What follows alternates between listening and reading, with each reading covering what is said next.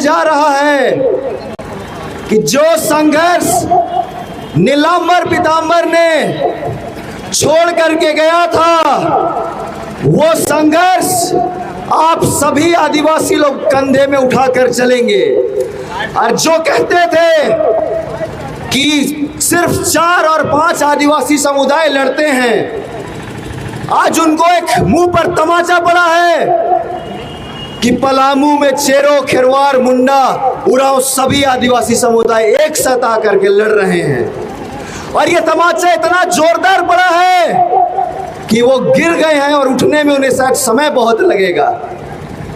ये पहली लड़ाई जो हमारे साथियों ने एक बहस के रूप में लड़ा था, हम लोगों ने सभी जगह इनको टीवी डिबेट में जब मुंह तोड़ जवाब दे दिया और सभी दस्तावेज से इनको पटकनी दे दी, तो अब ये साथियों गाली देने पे उतर आए हैं।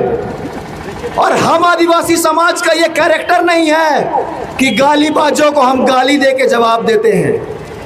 हम आदिवासी समाज जब ये लोग रेल टेका कर रहे थे तो हम लोगों ने संकल्प किया था कि रेल टेका करने वालों को घुटना टेकवा देंगे।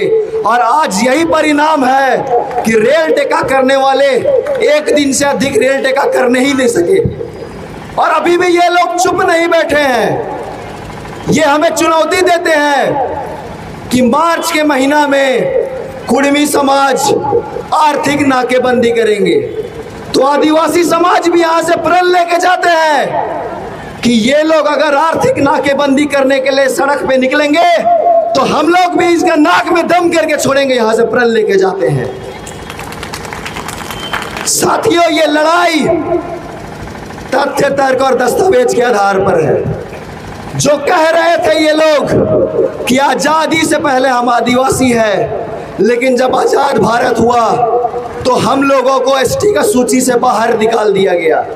मैं इनसे पूछना चाहता हूं, जब 1953 में काका कालेकर कमेटी बना था, उस काका कालेकर कमीशन में इनको बैकवर्ड क्लास में रखा गया, तब कहाँ थे इनके नेता लोग? क्यों उस समय ये लोग विरोध नहीं किए? क्यों उस समय ये लोग मांग नहीं किए कि हम आदिवासी हैं, हमको ओबीसी का सूची में मत रखो? जब मंडल कमीशन बना उस वक्त उनको ओबीसी के कैटेगरी में रखा गया, तब कहाँ थे इनके नेता लोग? क्या कर रहे थे उस समय? क्यों नहीं ये लोग विरोध किए और बोले कि हम एसटी है, हमें एसटी का सूची में शामिल करो? कहाँ थे इनके नेता लोग? क्या खड़िया दारू पे के सोए हुए थे इनके नेता लोग? तो मैं समझना चाहिए दोस्तों, ये जो फर्जी नैरेटिव ये लोग लगाते हैं कि 75 साल से हम लोग ये आंदोलन को लड़ रहे हैं, ये पूरी तरह से गलत है और हम लोगों को भड़काने का काम कर रहे हैं। 2022 में इनके एक नेता हैं, आजसू के जो भी सांसद है गिरिडीह से, चंद्र प्रकाश चौधरी, वे सुप्रीम कोर्ट में केस किए थे कि ओबीसी का जो रिजर्वेशन है वो मुखिया चुनाव में भी लागू किया जाए।